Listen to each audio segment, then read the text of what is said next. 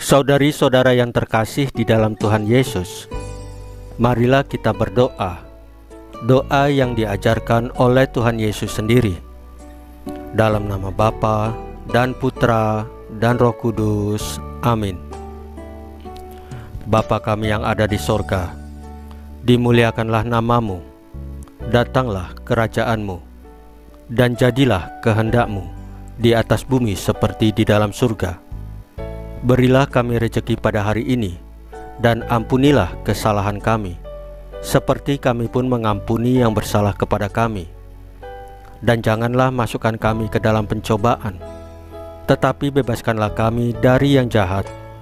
Ya Roh Kudus, hadirlah saat ini untuk memimpin dan membimbing kami dalam membaca firman Tuhan Yesus dan merenungkannya, sehingga kami dapat mengerti maknanya dan dapat kami laksanakan dalam hidup kami sehari-hari di tengah masyarakat kami.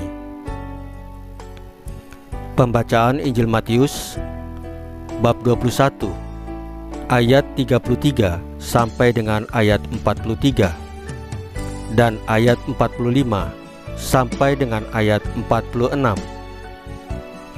Hal cemburu, iri, dengki. Dengarkanlah suatu perumpamaan yang lain.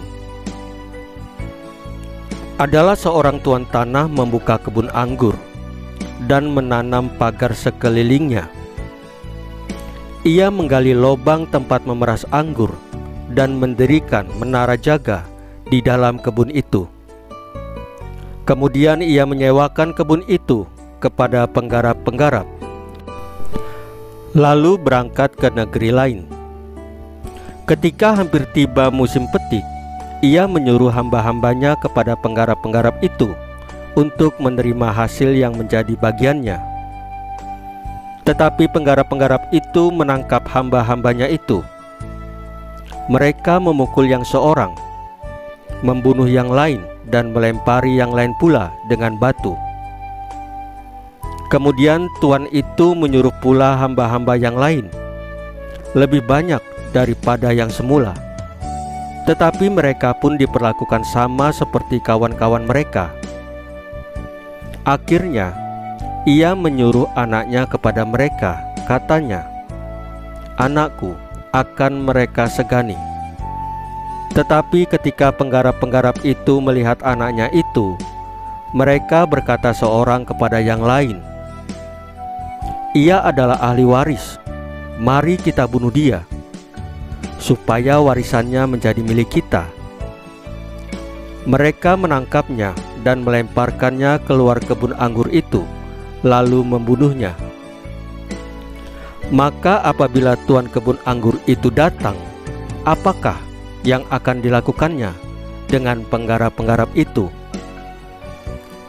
Kata mereka kepadanya, "Ia akan membinasakan orang-orang jahat itu, dan kebun anggurnya akan disewakannya kepada penggarap-penggarap lain yang akan menyerahkan hasilnya kepadanya pada waktunya."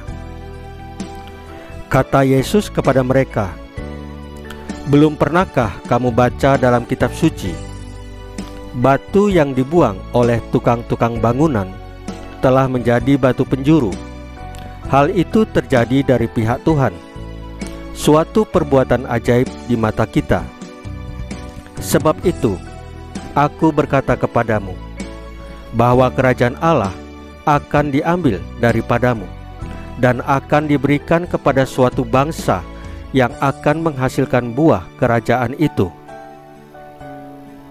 Ketika imam-imam kepala dan orang-orang Farisi mendengar perumpamaan-perumpamaan Yesus, mereka mengerti bahwa merekalah yang dimaksudkannya, dan mereka berusaha untuk menangkap dia. Tetapi mereka takut kepada orang banyak, karena orang banyak itu menganggap dia nabi. Demikianlah sabda Tuhan. Terpujilah Kristus. Saudari-saudara yang terkasih di dalam Tuhan Yesus, di dalam hidup ini berbahayalah bila kita membiarkan rasa cemburu dan iri menjadi raja atau ratu di hati kita. Jika kita biarkan, maka akan melahirkan rantai kejahatan lainnya. Sebagaimana kisah Yusuf, disulut api cemburu dan iri hati, saudara-saudara Yusuf menjual Yusuf kepada orang asing. Lalu mereka berbohong terhadap ayah mereka bahwa Yusuf dimangsa binatang buas. Dalam Injil hari ini, Tuhan Yesus juga menegaskan bahaya bila kita dikuasai api cemburu, iri hati, dan dengki. Kita menjadi tidak mengenali lagi siapa sesama kita. Bahkan seringkali kita menjadi lupa akan status kita di hadapan Tuhan Yesus. Mari kita membuang jauh api cemburu, iri, dan dengki di dalam hati kita, dan dengan setia merenungkan firman Tuhan Yesus dan membiarkan Tuhan Yesus merajai hati dan budi kita.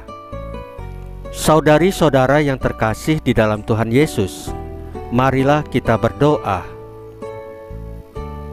Ya Tuhan Yesus, bantulah kami dalam pensiarahan menuju kerajaan-Mu, sampai kami menerima anugerah sukacita surgawi. Salam Maria, penuh rahmat, Tuhan sertamu. Terpujilah engkau di antara wanita, dan terpujilah buah tubuhmu Yesus. Santa Maria Bunda Allah, doakanlah kami yang berdosa ini, sekarang dan waktu kami mati. Ya Tuhan Yesus, tambahkanlah iman kami hanya kepadamu saja, karena Engkau adalah Tuhan dan Juru Selamat kami satu-satunya, tidak ada yang lain. Dalam nama Bapa dan Putra dan Roh Kudus. Amin. Saudari-saudara yang terkasih di dalam Tuhan Yesus, bacaan firman dan renungan hari ini sudah selesai. Tuhan Yesus memberkati kita semua.